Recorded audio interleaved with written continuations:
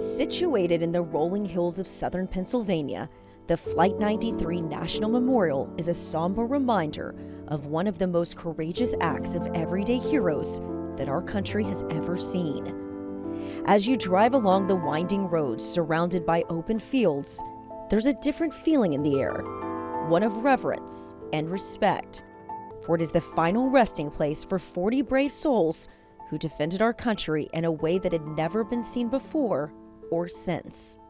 The individuals who boarded United 93 in Newark, New Jersey were people just like you and I. They were people headed on vacations. They were people who were going to visit loved ones. Some of the individuals were returning after visiting family on the East Coast, going to the West Coast.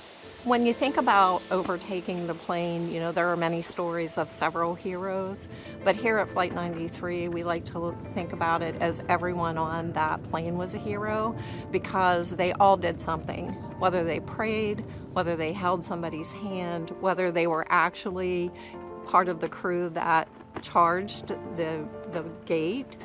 They all did something to make a difference for all of us.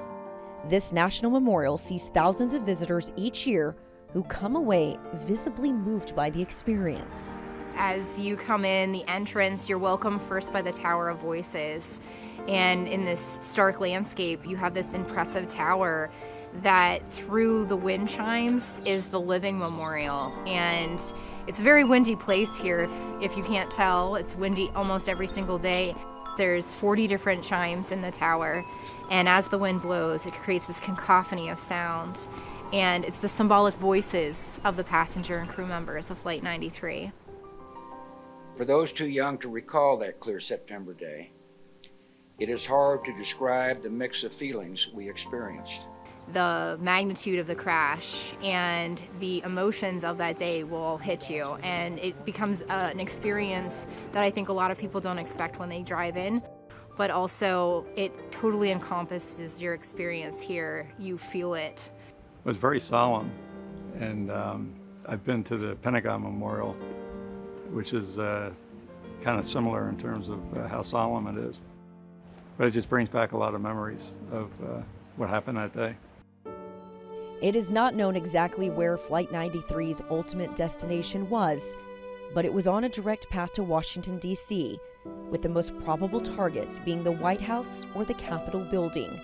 On that tragic day, countless lives were saved by the men and women who acted quickly to defend our country in the most unconventional way. The technology that was available to the passenger and crew members, we forget in 2001, not everyone had a cell phone. They learn the story that's unfolding on the ground, and they start talking amongst themselves. They take a vote. They do the most American of things, put true democracy into action, and then they decide that they're going to do something themselves.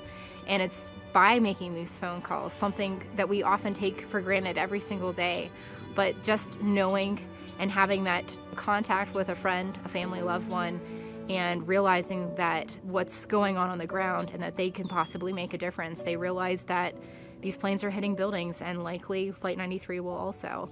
So they try to do something. And being remembered for their heroism and their courage that day, putting democracy in action, making a difference, complete strangers coming together.